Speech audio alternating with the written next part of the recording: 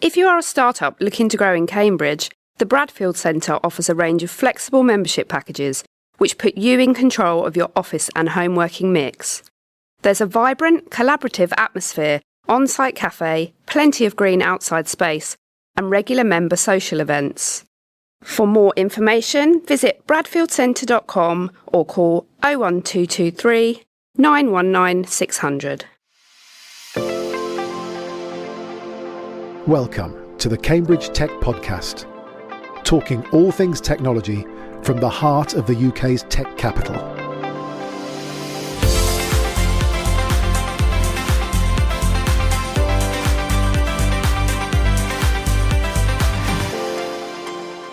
Here are your hosts, Faye Holland and James Parton. Hi, I'm James. And I'm Faye. So it's been a busy old week this week, James. There's been lots of meetings going on. I had meetings with all of my premium sponsors for 21 to Watch, so getting them all sorted out. So that was really exciting. I headed over to the Glass House as well for those, serendipitous meetings, the same as we always have in the Bradfield Centre. What else? Final prep meeting for the services launch later this week. And I also went out to the Postdoc Venture Creation Challenge, which listeners will remember we covered when it was the Chris Abel postdoc competition. So that was good to get out and about as well. Oh, nice. Yeah, how did that go? It was really good. It was just a lovely atmosphere. A lot of these companies, so there were 8 companies pitching, and it was the first time many of them would have pitched in front of an audience like that. So they did brilliantly and everyone was super supportive. I got 3 out of 4 of the winners right, so I'm slightly disappointed with myself.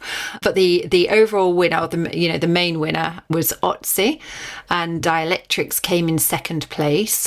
Green Mixes won the Social Enterprise Prize, and Somnix won the Audience Choice. And I have to say, Nina gave one of the most polished presentations that I've seen for a long time.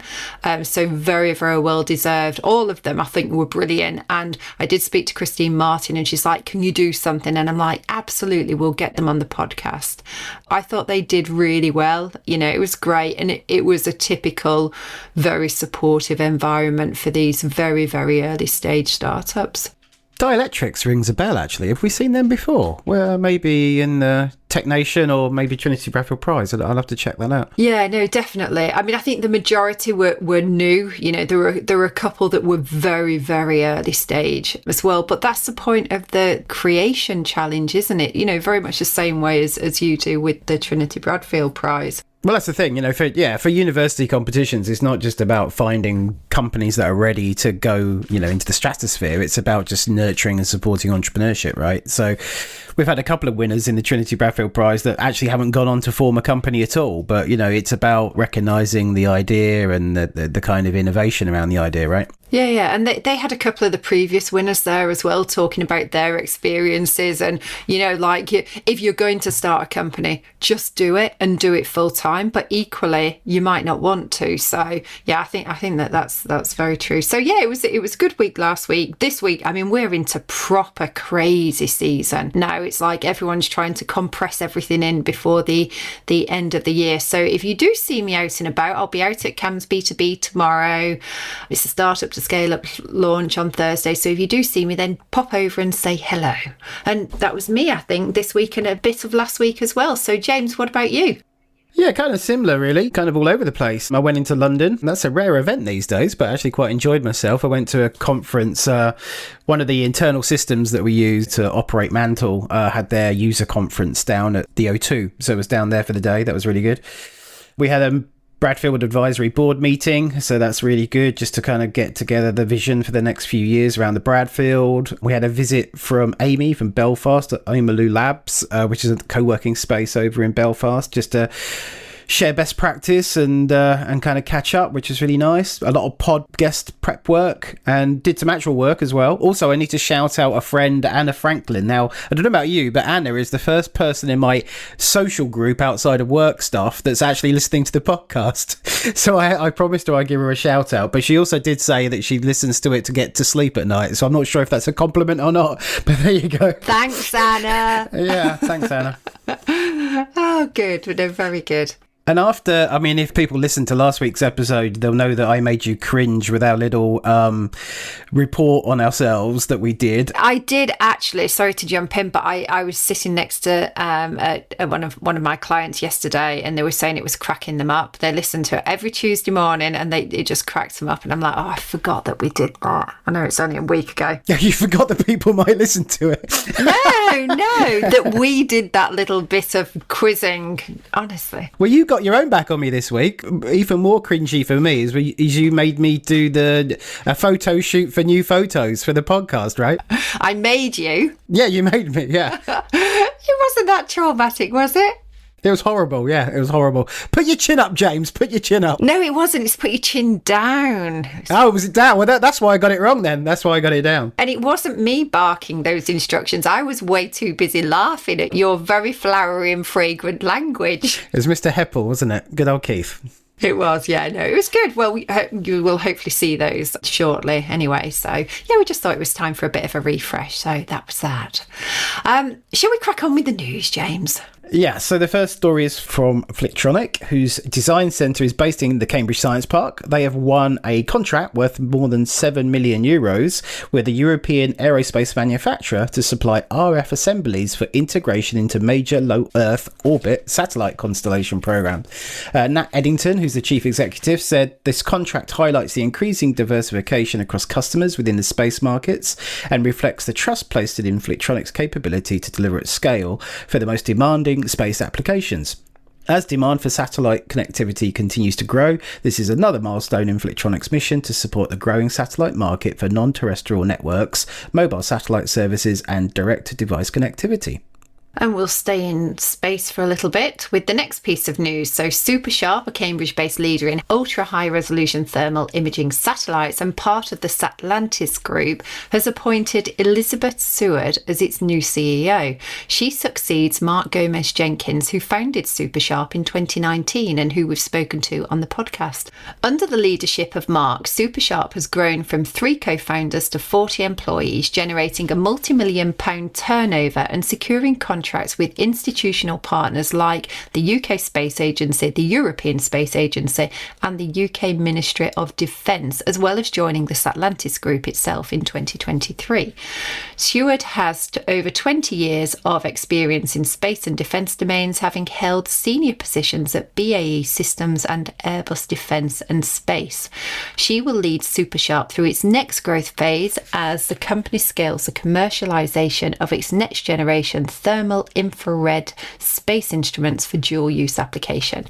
She'll start as Supersharp's deputy CEO this month and transition to the CEO role in Q2 2026, working alongside Mark to ensure a smooth transition. So congratulations to both of those with the changes. Yeah, and you can go back and listen to that conversation with Mark. That was back in episode 94, so a fair while ago now. We should probably do like a panel show for space, shouldn't we? There's a lot of actual space companies in the region. That could be a good one. Okay, so the next story is Cambridge clean tech company Levidian is a double award winner in the Deloitte UK Technology Fast 50 competition. They scooped equal 16th position in the UK's top 50 fast growers and also won a prize for the best clean tech business. 2 other companies from the region featured in the London-dominated show. Duxford-based fintech company Monovate, who were in the 23rd spot with 1,314% growth, and 44th based Cambridge software specialist Obrizium Group with 662% growth over the period. London had the top 3 fastest growers and 6 of the top 7.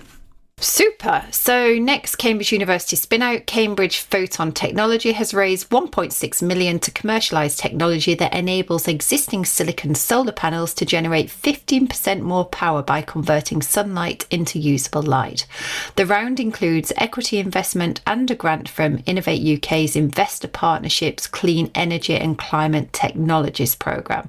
Dr. Claudio Marinelli, CEO of CPT, said, "Together this funding positions CPT to accelerate product readiness and bring a breakthrough British innovation to the global clean energy market." And our friends over at Cambridge Enterprise, the university's commercialisation arm, have been recognised by Best Companies for its workplace culture and engagement, ranking in the top 10 medium-sized businesses to work for in the UK, and in the top 5 in regional and sector categories. It's also been awarded the highest possible 3-star accreditation by Best Companies, officially recognising it as a world-class company to work for. So congrats to the team there. Indeed. So let's move to today's episode, where we're sharing the keynote from Cambridge Tech Week from author, entrepreneur and CEO Dr. Margaret Heffernan, where Margaret questioned whether there was a productive way to address issues around AI that are superior to the propaganda that surrounds it. So do let us know what you think, and if you enjoy us sharing the content from Cambridge Tech Week. So over to Margaret.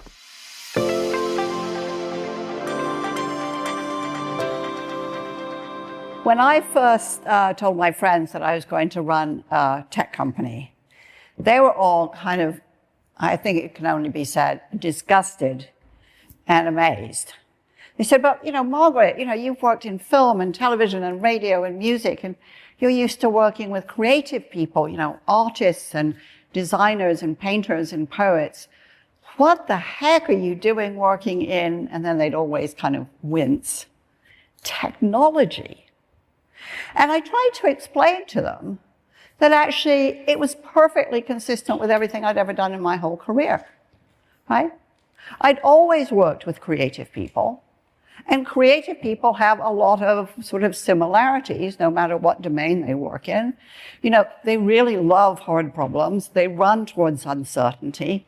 They have tremendous stamina. They don't quit when the going gets tough.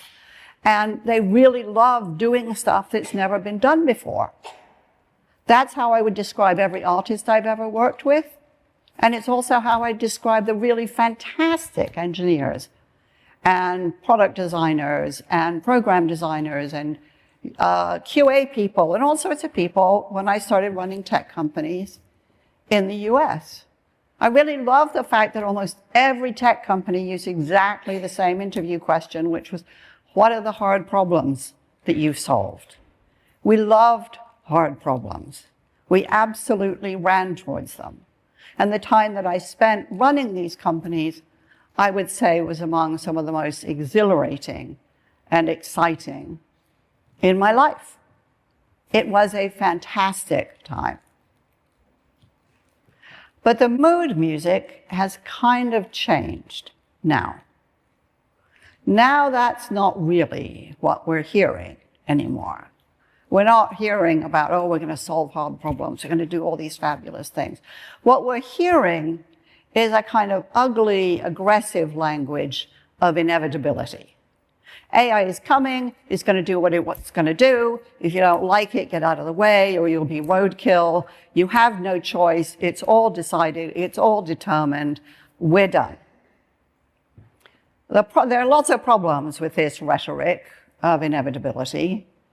Part of it is that it is kind of inevitably propaganda. It's trying to get you not to think. It's trying to get you not to be creative, actually. It's trying to get you silent, compliant, obedient. It's trying really to stop an argument before it even begins. But the reality is that nothing's inevitable. And with regard to AI, you can see this by dint of the fact that there are so many furious debates raging around it. Depending on who you believe, either because, the economy is just going to take off in a way that the world has never seen before, and we're all going to live the rest of our lives, which are going to go on forever, in the lap of luxury, doing just whatever we want all day long. It's going to be fabulous. Or it may increase annual GDP of the US by something slightly under 1%. Not such a big deal, right? When it comes to employment, either everybody's going to be on the dung heap because nobody's going to have any jobs except for the few people who own the machines, or we're all going to have UBI and we're going finally to be able to be the people we always thought we wanted to be when we didn't have to worry about rent. Either the environment is going to be destroyed by energy overconsumption, or we're going to solve all the problems of climate change before it gets too late, right? This is an enormous, enormous, epic scale of uncertainty. And the reality is that nobody knows, and that therefore nothing is inevitable. But people will say to me that the thing is, Margaret, things are inevitable because history repeats itself. Well, here is the thing. There are no professional historians who believe that. I remember talking to Margaret Macmillan, who explained it to me. She said, history can't repeat itself because the people living today can look back on things that happened in the past with knowledge that they have that the people making the decisions in the past did not have. And as a consequence, they have the opportunity to make different decisions. In fact, if that were not true, there would be no such thing as progress. So inevitability isn't a reality. It's just a propagandistic rhetoric. And we don't need to surrender to it. We would do better instead to think about really what are the opportunities that we have, what are the problems we face, and what are the choices we have in terms of how we deal with them. So let me take all of that out of the abstract quite a bit. So among the other things that I do, I chair an organization called DAX. DAX is not the German stock exchange in this case. It is a collecting society for visual artists. What that means is that when an artist creates a piece of work, we can collect royalties on it when it's used on a t-shirt, in a book, in a magazine, in an article. We can get the money, and that's how they get paid. It's a pretty fantastic organization. We distribute millions and millions of pounds to British artists and artists around the world. We certainly distribute a great deal more money to British artists than the Arts Council does. So it's a pretty cool, fantastically complex, deeply squirrely organization. And it depends on copyright. And copyright is probably one of the most brilliant technologies that has been invented. Charles Dickens, fought for it extremely hard. And what copyright basically means for artists, take somebody, one of the most popular artists in the world, Yayoi Kusama, right? When she makes something, she can decide what to do with that however she wants. She has three really fundamental things that copyright gives to her. She has the ability to get compensated for it. She has the ability to be credited for it. And she has the ability to control where it goes and how it's used. So she can take a design from yesterday or from very much at the beginning of her career, and she can say to the lovely people who came to us from Veuve Clicquot, yes, you may use my design for your champagne bottles. I can't remember if she got champagne as payment, but in any event, she can determine that. And she can determine how long they can use it for, and she can negotiate what she's paid for it, how she's paid for it, and whether she wants to license that to anybody else in the world. It's a fantastic thing, and it means that she gets from her work three things that are really essential to her as a human being and as an artist. It means that she gets income. Artists do need to eat, it turns out. It means she has a reputation which she can manage because she has identity associated with her work. These three things are really fundamental to why she makes the work and how she can continue to make it. It's a brilliant thing. Without copyright, she can't do any of that stuff. Anybody can take it, anybody can do whatever they want with it. She has no control or knowledge about it. She could come to us and say, I've seen my design on a mug or a t-shirt or whatever, and we could, with legal help, run a takedown service for her. We do that for quite a lot of leading artists. But here's the thing. If you take copyright away, she can't do any of that. No income, no reputation, right? No control, no consent, no identity. And what we're seeing right now in AI is the greatest level of industrial sort of ID destruction in human history. Because artists' work is all being scraped so that it can feed large language models and image models and so on.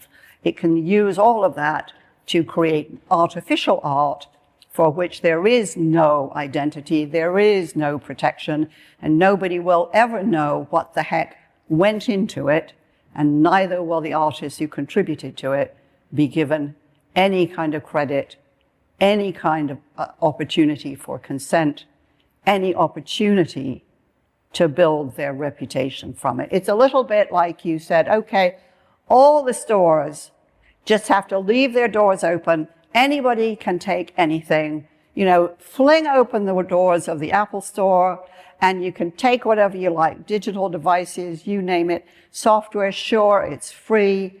You know, patents, sure, why not? They're not worth very much anymore, but you just take what you want. In fact, I went past the Apple Store in London yesterday. It's absolutely heaving with security guards. What artists are asking for now is a couple of those, just to be able to continue their work. Right? It does not have to be this way. Now, it isn't that artists are technophobes at all. In fact, many of them love technology.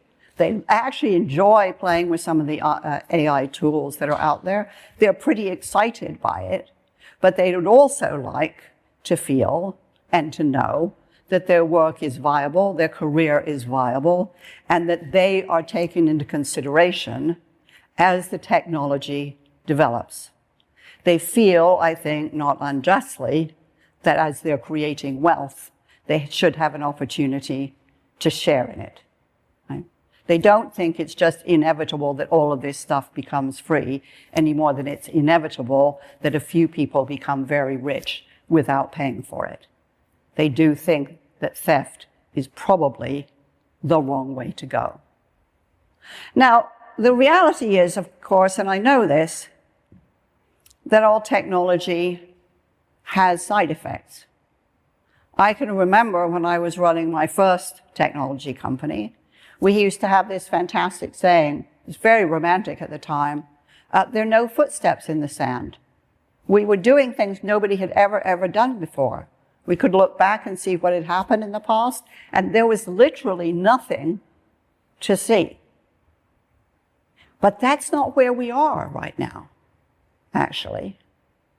We can see quite a lot. We can see, for example, in the music industry, and for some reason the music industry has always been at the really sharpest end of new technology.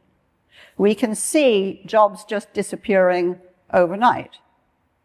For professional musicians, it used to be that almost inevitably, their first job would be writing jingles for commercials. It was really good training. You get used to deadlines, being a freelancer, being messed around by producers. It's a very good experience.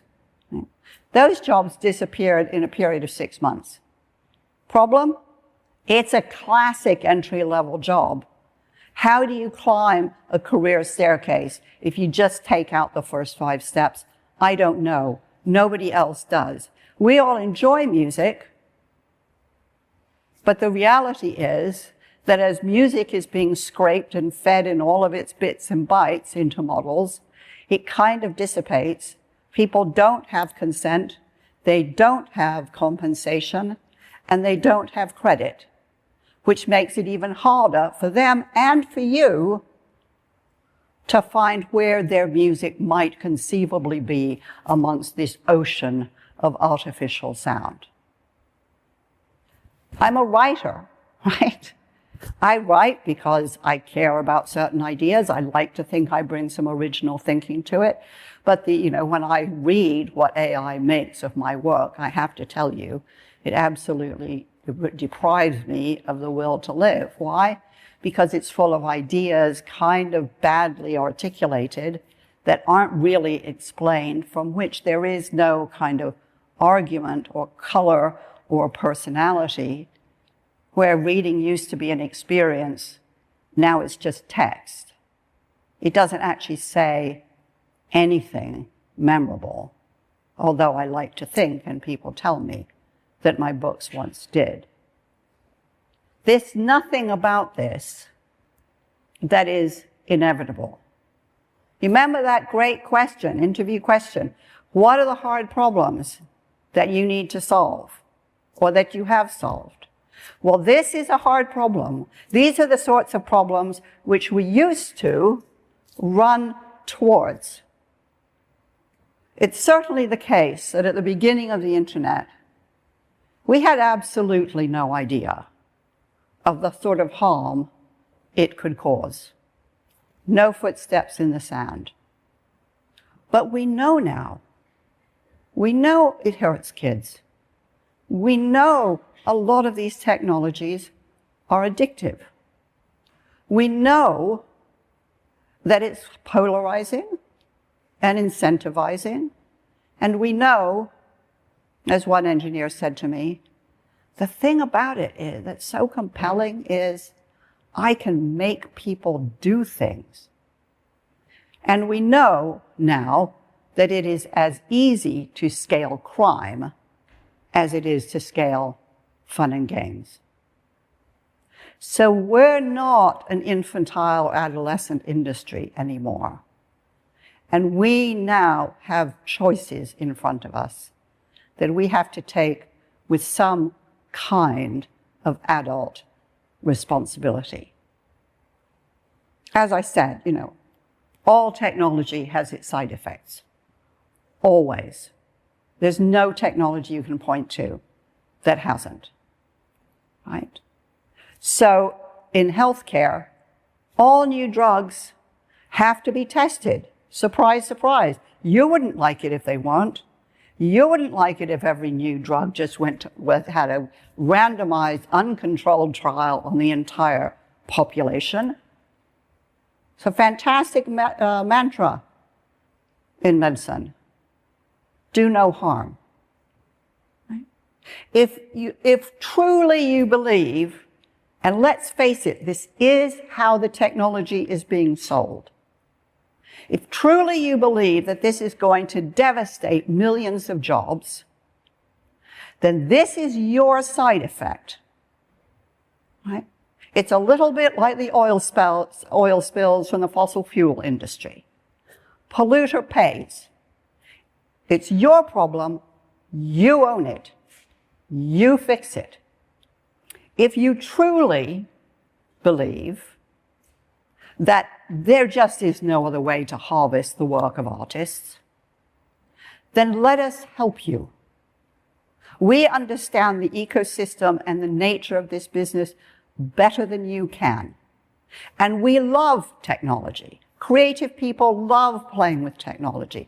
But we also know because this is so uncertain, there are choices. And because there are choices, there are good choices and bad ones. And this is an opportunity to actually make copyright better, make it stronger, give it traceability, increase the capacity to be able to find your work and know what's happening to it and be paid for it. There's an opportunity here. And if you shirk it, it's what I call willful blindness. It's a legal concept. It says if there's something you could know or should know, and somehow choose not to notice, the law deems that you've been willfully blind, that you're responsible. So if you choose to shirk it, this is your problem. And if you break it, you fix it. If you're going to put incredible stress on the environment because of energy consumption, You break it, you fix it. This is a grown-up industry now, and we need to act as if it is. I was thinking about my dad the other day. My dad came from a very poor background in Texas, and he was an engineer. And he was an engineer in the oil and gas industry. And when I was growing up, he used to tell me how much he loved the oil and gas industry. He said, you know, when I was a kid, we didn't have air conditioning, and now we can. You know, the oil and gas I work with, you know, it cools people's houses, it warms people's houses, it cooks people's food. This is a really rewarding industry to work in. And I remember watching him as the reality of the climate crisis started to dawn. And he could hardly bear to talk about it. Towards the end of his life, I think it's almost all he ever thought about. Now, you know, I think about my family and I think, crikey, what a family. First generation, oil and gas, climate crisis. Second generation, internet. How does that feel? How does that feel having that on my conscience? Not great. I spend time with my kids and we argue about, you know, on the whole, has the internet been a force for good or ill? We can never quite decide, but we do all agree it could have been better and that it could be better. So we have some hard choices to make now, whether to see them or to be willfully blind to them, and if we see them, how to address them. And you know the thing that really gives me hope? As far as I remember, this was an industry that really loved hard problems. This is a really hard problem. Run towards it. Thank you.